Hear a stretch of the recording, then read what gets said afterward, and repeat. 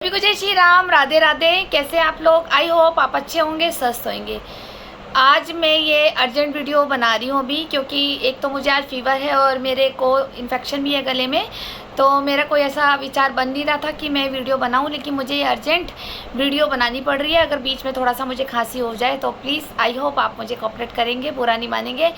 आज मैं ये वीडियो अर्जेंट बना रही हूँ क्योंकि मेरा समय का भी नहीं पता कि कल मेरे साथ क्या हो जाए। क्योंकि क्या हुआ है मेरे साथ, जानिए मेरे साथ। पहले ये जानिए मैं कौन। मैं ईशा, पुत्री स्वर्गीय अशोक कुमार अरोड़ा जी की, हरिद्वार उत्तराखंड से।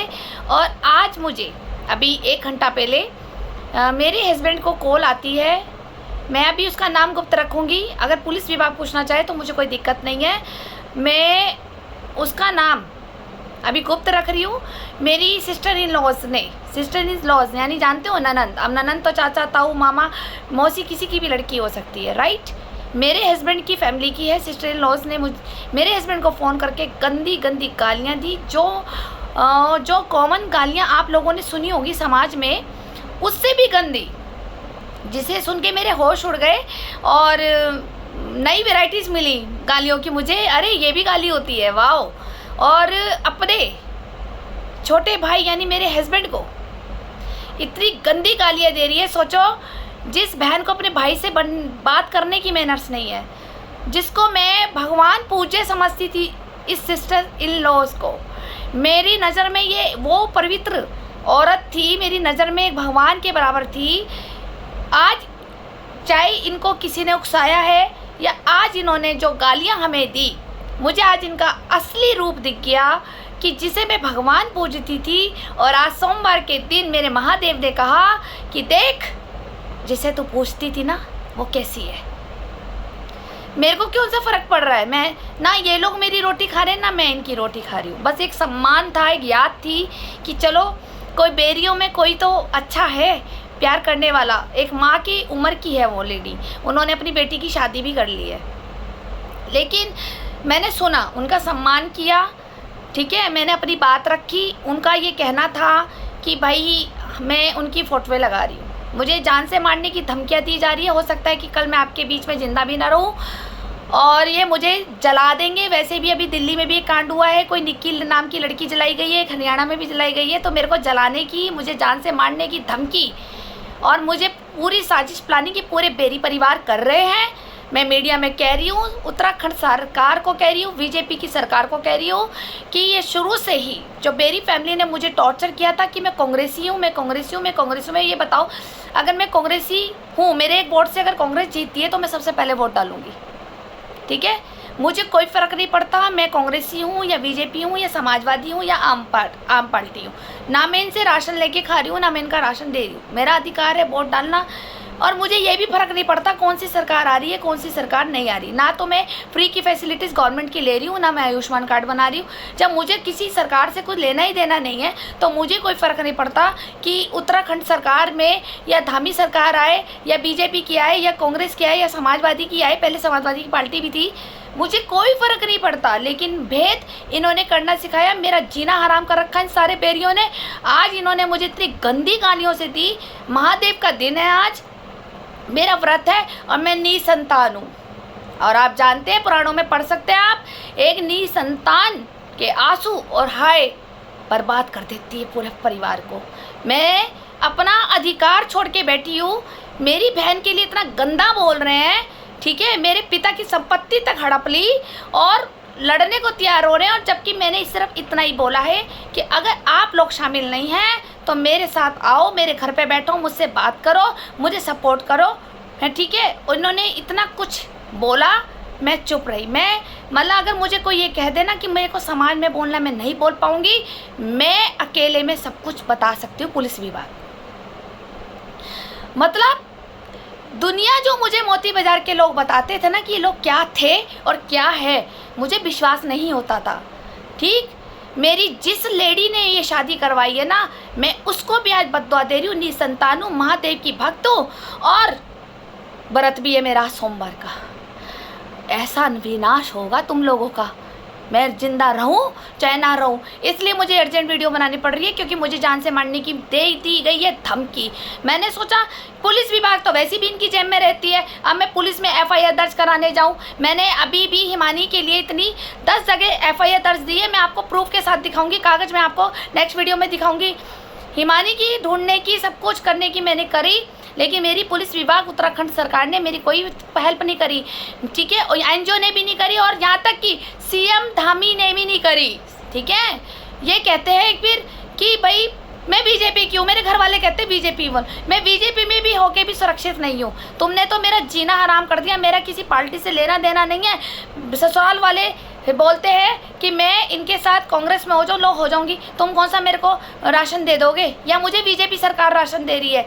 कितना मुझे धमकियाँ देते हैं, कितने मेरे पापा की प्रतिष्ठा खराब करते हैं, कितनी मुझे गालियाँ दे रहे हैं, और तो ठीक है, कोई मुझे कुछ बोल रहा है, कोई कुछ बोल रहा है, कोई ये बोल रहा है मुझे। अब मैं हिमानी के लिए नोटिस बता रही हूँ, हिमानी तेरे चक्कर में अगर आज मैं रो रही हूँ ना, और मेरे आंसू निकल रहे हैं और मेरा अपमान हो रहा है तेरे चक्कर में, मेरा अपमान समझ ले तेरे पापा का अपमान, और तेरे पापा का अपमान जो हो रहा है वो महादेव का अपमान हो रहा है। तू और तेरे साथ जो भी तेरे साथ इन्वॉल्वमेंट है ना, आज मैं एक कसम खाती हूँ कि महादेव ऐसा विनाश करेंगे उन सब का कि रूह कांपेगी तुम लोगों की। मेरी वाणी भी देख लेना, निसंतान हूँ मैं, ठीक है ना। सच हो जाए तो बता देना, तुम लोग ऐसे बर्बाद होगे कि तुम कांपोगे भगवान के आगे भी कि ये जन्म क्यों मिला, तड़पोगे। तुम लोगों ने मेरी ज़िंदगी फालतू में बर्बाद करी है। मैंने कभी किसी को चू नहीं करी, सबको सम्मान दिया जो सम्मान के लायक नहीं थे। बस मेरे कर्म खराब थे कि मैं तुम्हारे घर में आ गई, ठीक। पर इसका मतलब ये नहीं होता कि तुम बड़े हो तो तुम छोटों को दबाओगे, चप्पल मारोगे, जान से मारने की धमकी दोगे, बहुओं को जलाने की धमकी दोगे। कौन सी बेरियों में बहू सुखी है मुझे बता दे कोई, कौन सी बहू सुखी हुई है?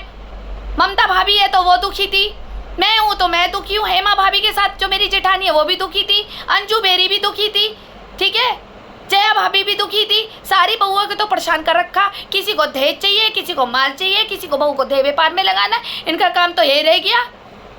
और जब इनके खिलाफ खड़े हो जाओ, थोड़ा सा अपना पक्ष रख दो तो बहू को काट देते हैं। ये संतोष बुआ ने बोला था कि हमारे बेरियों के मुंह मत लगियो, हम काट देते हैं। जैसे अपनी बहू को परेशान कर रखा है इस संतोष बुआ जी ने भी, सारे पीछे पड़ गए मेरे। अरे भैया मेरे से क्या दिक्कत है, मुझे आके बताओ तो कि मेरे से क्या दिक्कत है। मेरी तरक्की से दिक्कत है बस, कि हम बेरियों के घरों में सबसे आगे, ये क्यों आगे बढ़ रहे भैया।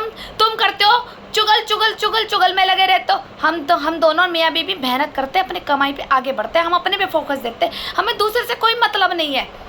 पहले तो थोड़ा बहुत ये भी मतलब था कि चलो किसी ने कीर्तन में भागवत में बुला लिया ताई जी में, तो उनका सम्मान रखती हूँ। उस औरत ने मुझे कभी कुछ नहीं कहा, सबसे सही औरत वो आई है, और उसने वो पूजा पाठ वाली शांता ताई जी, उसने मुझे कभी कुछ नहीं कहा, ठीक। जो मुझे सम्मान देगा मैं उसको 10 गुना सम्मान देती हूँ। मैंने तुम सबको सम्मान दिया जो सम्मान के लायक तुम थे नहीं, मैंने फिर भी दिया। मैंने सोचा शायद मेरा व्यवहार देख करके तुम लोग मुझे गले लगाओगे, मुझे प्यार करोगे, लेकिन तुम तो मेरे बाप का ही मकान खा गए मिल के। मेरी बहन खराब कर दी। अब मैं अपनी बहन से बात करना चाहती हूँ। तू जिस तरह, तेरी वजह से मैं बदनाम होती हूँ ना, तेरी वजह से मैं रोती हूँ, तेरी वजह से तो मेरे को सुनना पड़ता है, ठीक है। सुना ले, मैं तो पक्की हो गई हूँ, दुनिया मुझे कुछ भी सुनाए। अब ये सिस्टर इन लॉज ने बहुत गंदी सी गंदी गालियाँ दी, भूल गई? तुम्हें ये याद महादेव दिलाएंगे किसको तुमने गाली दी थी। याद रखना, कर्मा सबको भरना होता है, ठीक है। हम भी सोचकर गाली देते हैं किसी को, हमें पता है हम किसी की गाली देंगे, किसी की बहन बेटी को गाली देंगे, कल हमारे ऊपर आएगी, ठीक। तुमने मुझे इतनी गंदी गालियाँ दी, मैंने फिर भी आपका सम्मान करा, मैंने कोई आपको पलट के जवाब नहीं दिया, बस अपनी बात रखी कि आप मेरे को सॉल्व आउट करा दो इस प्रॉब्लम को आके। और तुमने मुझे कितनी गंदी गालियाँ दी हैं, तुमने मेरे पति को कितनी गंदी गालियाँ दी, और यहाँ तक कि यूँ बोला मेरे पति को कि तू तो बीवी का भड़ुआ है, भड़ुआ। वाह, मतलब पति बीवी को ना मारे तो भड़ुए हो जाते हैं। चलो तुम्हारे पति तो नहीं है ना, तुम तो खुश हो, मेरा पति भड़ुआ ही सही, मेहनत करता है, खाता है, बस। और क्या है, किसी के हाथ आगे हाथ नहीं फैलाता, ना किसी का खाता है, अपना खून पसीना एक करता है, मेहनत करता है, अपना खाता है, अपने शौक पूरे करता है। मतलब तुम खानदान में एक दूसरे के चाचा ताऊ भाइयों को मतलब बिगड़ेल, आवारा, अय्यास, शराबी, देश देवेपारी, दलाली, चक्री, यही सब पसंद है बस। तभी तो तुम खुश थे पहले, जब काका जब कुंवारा था मेरा पति, तब बड़े खुश थे कि ना उसे उठने की तमीज़, ना बैठने की तमीज़, ना बोलने की तमीज़, ना खाने पीने की तमीज़। ठीक है, तुम सब हंसते थे परिवार में। आज मैंने उसको थोड़ा सा मेहनत करके उसे संस्कार दे दिए, अपने पिताजी के संस्कार दे दिए, उसे सुधार दिया, उसे सही कर दिया, तो आज आशीर्वाद देने की बजाय ये मुझे गालियां दे रहे हैं, बराबरी नहीं कर पा रहे ना। ठीक है, मैंने एक संत से सुना था कि जब कोई लोग चारों तरफ तुम्हारे को उंगली उठाने लग जाए ना, तो समझ लो कि तुम्हारा कद उनसे ऊपर पहुंच गया और वो बराबरी नहीं कर पा रहे हैं। ठीक है, मैं भी किसी की बेटी हूँ, मैं उस बाप की बेटी हूँ जो बाप दुनिया में नहीं है। तुम लोगों को मुझे सपोर्ट करने की वजह तुम मुझे गालियाँ दे रहे हो, मेरे पापा को गालियाँ दे रहे हो, मेरे परिवार को गालियाँ दे रहे हो, मेरी दादी बुआ को गाली दे रहे हो। आखिर बिगाड़ा क्या था? और कहो तो मैं ताऊ जी बलराज बेरी जी का भी मैं राज खोल दूंगी। अबे बलराज बेरी ताऊ जी का भी राज खोलूंगी कि ये पुरानी दुश्मनी मेरे दादा परदादा से चली आ रही है तुम लोगों की, जिसे मैं भुगत रही हूँ, वो राज भी मैं खोलूंगी। मेरा मुंह मत खुलवाओ, मैं जब तक चुप हूँ मैं चुप हूँ। मैंने तुम लोगों का बिगाड़ा क्या लिया है? 1 रुपया मैंने किसी बेरी से लिया तो बताओ। मेरे एक आंसू तुम्हारी विनाश, तुम्हारी औलादों की चिताएं बनेगी और तुम खुद जलाओगे अपनी औलादों को। तुम किसी की औलाद को तंग कर रहे हो ना, दोनों बेटियों को, हिमानी को, मुझे, तुम खुद अपने हाथों से चिताएं जलाओगे। अगर ना हो तो बताना, ठीक है? और अगर मैं मर गई, मैं खुला बोल रही हूँ, तुम सब बेरियों को उठाया जाए। तुमने जो जीना हराम कर रखा ना, कभी मुझे धमकी देते हैं गुंडों से मरवा देंगे। ठीक है, क्यों भाई? अब मैं सुनाती हूँ अपनी बहन को, तेरी वजह से मैं जलील होती हूँ ना। लोग कहते हैं जिसकी एक बहन उसके 100 बहन हुई। सुन ले, जिसकी एक बहन उसके 100 बहन हुई। मैं नहीं बोलती, ठीक है ना? जिस वाणी से मैं पूजा पाठ करती हूँ ना, मैं गंद नहीं बोलती। मेरे बाप ने गंद बोलना नहीं सिखाया, ठीक है? मेरे बाप ने गंद बोलना नहीं सिखाया। गंद बोलना आता है मुझे, क्योंकि मैं उस नींबू घेर में रही हूँ, वहाँ से सीखा है मैंने गंद बोलना। लेकिन मैं बोलती नहीं हूँ, क्योंकि मेरे पिता, मेरे पापा और मेरे दूसरे पिता, मेरे महादेव, इन्होंने मुझे गंद बोलना नहीं सिखाया। मैं अपना बदला और एक आंसू अपने महादेव के आगे गिरा देती हूँ कि देख तेरी बेटी कैसे जली रो रही है। तो वो मुझे एक हिम्मत दे देते हैं, तू सब्र कर, इनका विनाश मैं ऐसा करूँगा, ये याद रखेंगे कि धरती पे भी दोबारा आने के लिए सोचेंगे ये। तेरे चक्कर में तू छुपती फिर रही, मुझे तो यही नहीं पता तू जिंदा है मर गई है। कितना गंदा बोल रही है मेरी सिस्टर इन लॉज। तेरी बहन 10 जगह घू खत्ती फिर रही है, भाग गई है, वो भाग गई है। कैसे बोल रही है वो, ठीक है? तू तो भाग गई है, तो बाप का मकान किसे दे गई? क्या राइट था तेरे को? तू उस घर की छोटी बेटी थी, तूने मेरे को मृत घोषित कर दिया। क्या राइट था तुझे? दादा परदादा की संपत्ति तू कैसे दे गई? तूने मुझे भी नहीं आने दिया वहां पर इतने सालों से। फिर मुझे कहते हो कि मैं लालची हूँ, मैं कब्जा कर रही हूँ, सचिन बेरी कब्जा करेगा। भगवान औलादे मांगती है मन्नतें कर करके। आज मुझे सुकून है कि मुझे औलाद नहीं है मेरे पास। तू अपनी बहन को, अपने पितरों को, अपने पापा की इज्जत खराब कर रही है, तुझे शर्म नहीं है? तेरी वजह से मैं सुनती हूँ, और जब मेरी आह निकलती है ना और मेरा एक आंसू निकलता है, उन सबको बर्बाद करेगा जो ये मुंह खोल रहे हैं, ठीक है ना? तू घर छोड़ के भाग गई, मेरा कसूर है क्या? या मैंने तेरा हाथ पकड़ के तू वहां ले गई मैं तेरे को कि चल तू भाग जा घर छोड़ के? फिर लोग कहते 30 साल की हो गई है, तू उसको ढूंढ रही है, वो बच्ची कोई है। मेरी को कोई फर्क नहीं पड़ता। तुम सोचो ना कि पापा का मकान ले लिया, मेरा नहीं लिया, मेरे पितरों का लिया है। और वो सारे पितर अरोड़ा खानदान के, उन सबको बर्बाद कर देंगे जो जो इसमें शामिल है। कोई अगर एक भी सुखी हो जाए ना, जो ये ग्रुप ऑफ गैंग बनी हुई है माफिया लोगों की और थे व्यापारी की, अगर एक भी सुखी हो जाए तो मेरे सर पे जूता मारना निकाल के। मैं सिर्फ सब्र करती हूँ बस, और अपना न्याय भगवान को छोड़ देती हूँ, महादेव को। और जब भगवान के हाथ में न्याय होगा तो तुम्हारा कितना विनाश होगा, ठीक है ना। मेरी चुप्पी का मतलब ये नहीं होता सिस्टर इन लॉज कि मैं तुमसे डर गई हूँ या मैं डरती हूँ। धमकियाँ दे रही हो तुम मुझे, भगवान से बड़ी हो गई हो आप। चलो कम से कम आपका एक असली चेहरा तो मुझे नजर आया कि आपके बारे में जो लोग ये मेरी परिवार में बोलते थे ना उल्टा सीधा, पर मुझे विश्वास नहीं होता था क्योंकि तुमने मुझे वो वाला रूप दिखाया था मेरे बेटा, ठीक है। आज मैंने आपका वो ये गंदा रूप भी देख लिया कि मुझे शर्म आ गई कि ये ऐसी भी है। मतलब सारे दुगले हैं इनके परिवार में। जब शादी हुई तो सास का ये रूप देखा, अब इनका भी देख लिया।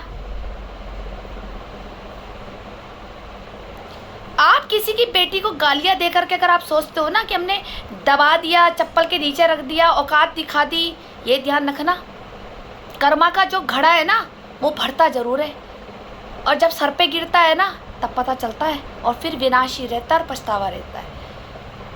पहले बोलने से पहले ना आपको ये भी सोचना चाहिए था कि हम बड़े हैं, हम छोटे बच्चे को, बहू को क्या बोल रहे हैं।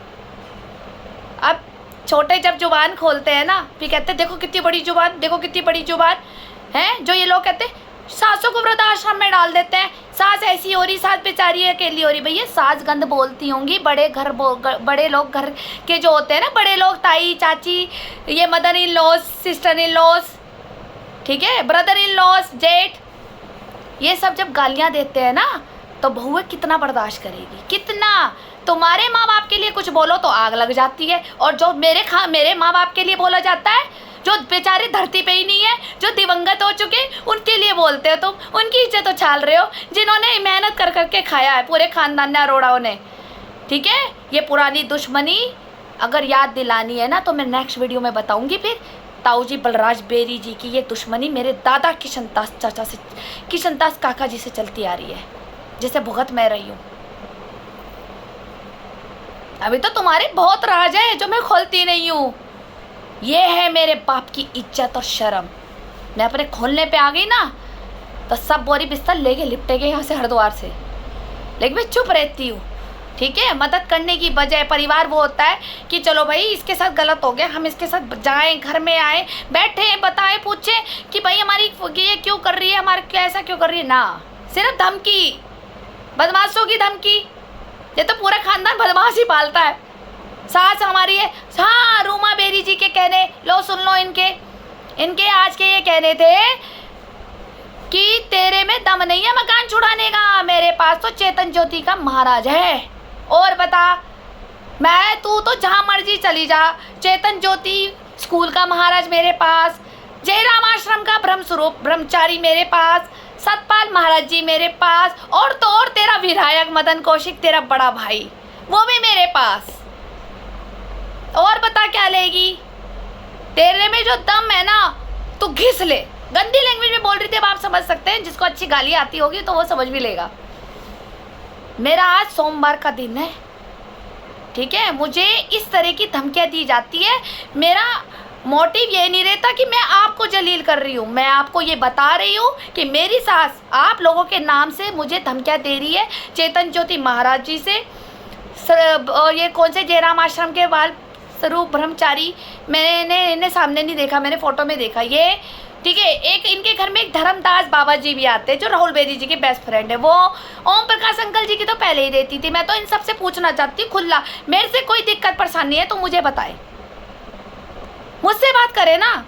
आप रूमा मेरी सास से बात करके और मुझे धमकियाँ दिलवाते हो तो आप खुद अपने मुँह से मुझे धमकी दे दो। या कोई मेरे से कोई लकड़ी है, मुझसे कोई गिले शिकवे हैं तो आप मुझे, मेरा नंबर मैं खुला डालती हूँ, मैं अपना नंबर नहीं बदलती, ठीक है। मेरा एक ही नंबर चल रहा है इतने 10 सालों से, मैं नंबर नहीं बदलती।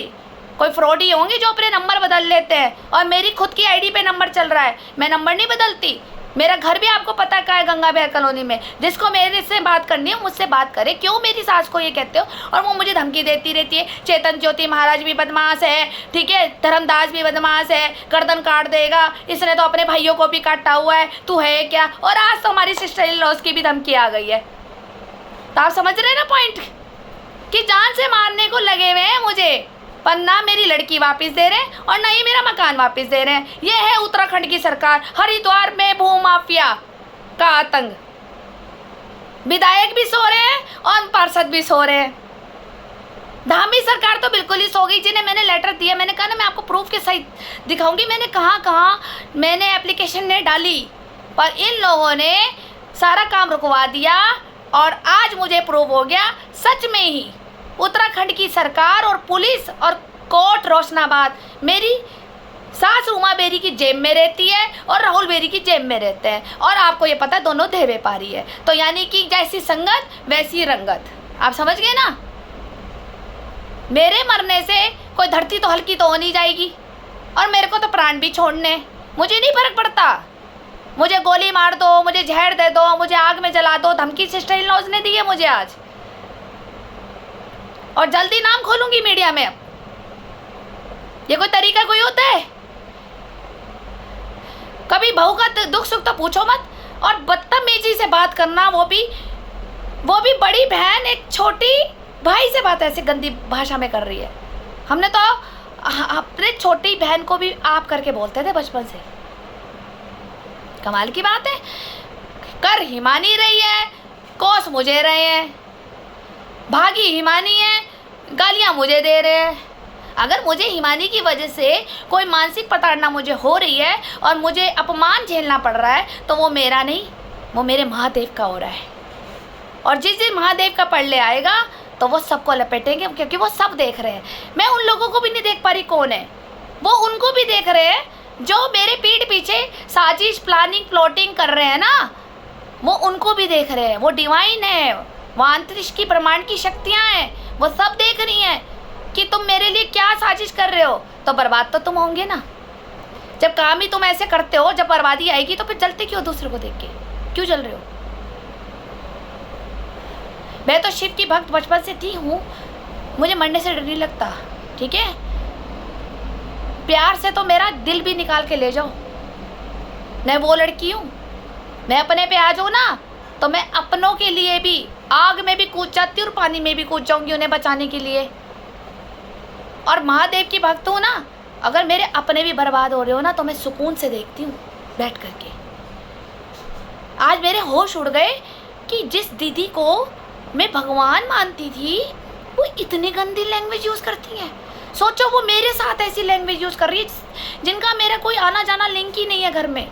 वो अपने घर वालों को कैसे ट्रीट करती होंगी, इसी से पता चलता है मुझे आज हैरानी हुई है सुन करके। लेकिन थैंक यू महादेव कि मेरी इन सिस्टर इन लॉज का चेहरा सामने आया, बचा लिया मुझे भगवान ने। जिस बहन को मैं इज्जत करती थी, हर समय मैं अपनी पति को बोलती थी कि बहन की इज्जत करनी चाहिए। कभी कुक्का दीदी जी आ जाए, सॉरी वो जो क्या ना बोलते हैं, मैं नाम ही भूल गई उनका, कि अगर कोई बहनें आए ना तुम्हारी घर में, कुक्का दीदी हो, भावना दीदी हो, शालू दीदी हो, इनकी बहनें हैं चाचा ताऊ की, ठीक है, नीति दीदी हो, मैंने हमेशा अपने पति को सही बात सिखाई। वो लुगाइयाँ हराम होंगी जो अपने पति को ये कहती बहनों की कदर ना करना चाहिए। लेकिन अब तुम्हारी जैसी बहन मिले तो फिर तो हर बीवी सिखाएगी उसको कि इसकी इज्जत ना करियो। लेकिन मैंने हमेशा सिखाया, मैं महादेव की भक्त हूँ। आज सोमवार के दिन कह रही हूँ, विनाश ऐसा होगा तुम लोगों का। मैंने अपनी पति को भी ये कहा है कि कोई बात नहीं, तूने बचपन से नई बात करी ना तुमने अपनी बहनों से, लेकिन कभी आ जाए सम्मान करो, मिठाई का डब्बा तो रिस्पेक्ट दो। बहन के घर कभी खाली नहीं जाना चाहिए, बहन को देने से कोई कमी नहीं आती, बरकत आती। मैं तो उनको अच्छे पाठ सिखाती हूँ। मैं रूमा नहीं हूँ वेश्या ना, मैं कोठा चलाती हूँ, कोठा नंबर 11 से छोड़ के आई हूँ, ठीक है ना। ये अगर मुझे लालच होता ना तो कोठा नंबर 11 में नाच रही होती मैं उस मकान को खाने के लिए। ऐसे तो 10 कोठे लात मार दूँ मैं। मेरे को देने वाला ना मेरा महादेव है। मैं किसी के आगे हाथ नहीं फैलाती, ना किसी का छीनती हूँ, किसी की चीज़ में मैं कभी नज़र भी नहीं रखती।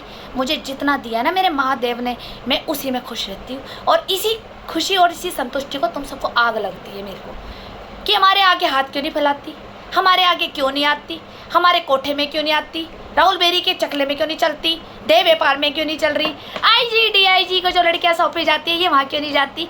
पता नहीं कौन से आईजी को मैं पसंद हूँ, कोई तो होगा ना जो राहुल बेरी और रूमा बेरी मेरे पीछे पड़े हुए कि इसको तो वहाँ लेटाना ही लेटाना है उस बिस्तर पे। पता नहीं कौन से आईजी डीआईजी और किसी मंत्री को मैं पसंद हूँ। अरे आजा भैया, सामने आजा, शादी कर लेते हैं। फिर एक दिन क्या बिस्तर पे सुलाएगा तू, रोज सुलाइयो मुझे अपने साथ। पता नहीं कैसी कैसी वेश्याएं छोड़ रखी इस इन सरकार पुलिस विभाग ने, आजाद छोड़ रखी है इन्हें, इनके लिए कोई कानून ही नहीं हो रहा है। मैंने कितने डाली इनकी एफआईआर दर्ज, लेकिन पुलिस की हिम्मत नहीं हुई इनसे इनको कुछ कहने की। पूरा भ्रष्टाचार मचा रखा हरिद्वार नगरी में। एक तरफ कहते हैं बेटी बचाओ बेटी बचाओ, बेटी तुम्हारे लिए बचाए, देह व्यापार करने के लिए, तुम्हारे को खुश करने के लिए, तुम्हारे आगे मुजरा करने के लिए, ठीक है, तुम्हारे शरीर की गर्मी खत्म करने के लिए, हवस खत्म करने के लिए बेटी बचाओ। वैसे तो लिख देते हैं हॉस्पिटल में कि भ्रूण चेक नहीं होगा, होना चाहिए चेक, और बेटी हो तो मार दो, क्योंकि बेटियां बड़ी होकर बेटी पढ़ाओ और पढ़ाने के बाद देह व्यापार में लगाओ। बस घर में जला दो, बहुओं के साथ अन्याय हो रहा है, पुलिस में एफआईआर दर्ज नहीं होती, पुलिस भी इनकी, दल्ले भी इनके, कानून भी इनका, सरकार भी इनकी, और रोशनाबाद के कोर्ट भी इनकी, वकील भी इनके, सबको लुगाई चाहिए, सब लुगाई चट्टू हो रहे। मुसलमान बन जाओ ना, कम से कम मुसलमान भाई कहते तो हम मुसलमान हैं, हम तो 4-4 बीबी रख लेते हैं, तुम भी मुसलमान बन जाओ, क्यों डकैत बने हुए हो, हिंदू बन के 4-4 लुगाई रख लेते हो। खुले आओ ना कि हम मुसलमान बन गए। जय श्री राम की जगह बोला करो सलाम वालेकुम। कम से कम वो पर्दा तो नहीं डालते, वो ये तो नहीं कहते कि हम मुसलमान नहीं है। तुम हिंदू हो के भी 4-4 5-5 लुगाइया रख ले, तो शर्म है तुम्हारे ऊपर, शर्म है। कहाँ जा रहा देश। मैंने ये अर्जेंट वीडियो इसलिए बनाई थी कि आज मेरी सिस्टर इन लॉज ने मुझे धमकी दी है, और अगर मुझे कुछ हो जाए तो मैं क्या कहूँगी सरकार से कि मुझे न्याय मिले। न्याय तो मेरे महादेव अपना आप ही कर देंगे इनका, लेकिन जानकारी आपको पता होना चाहिए कि मेरे मरने का कारण क्या था। चलिए फिर मिलते हैं नेक्स्ट वीडियो, जल्दी बनाऊंगी आपके बीच में। धन्यवाद।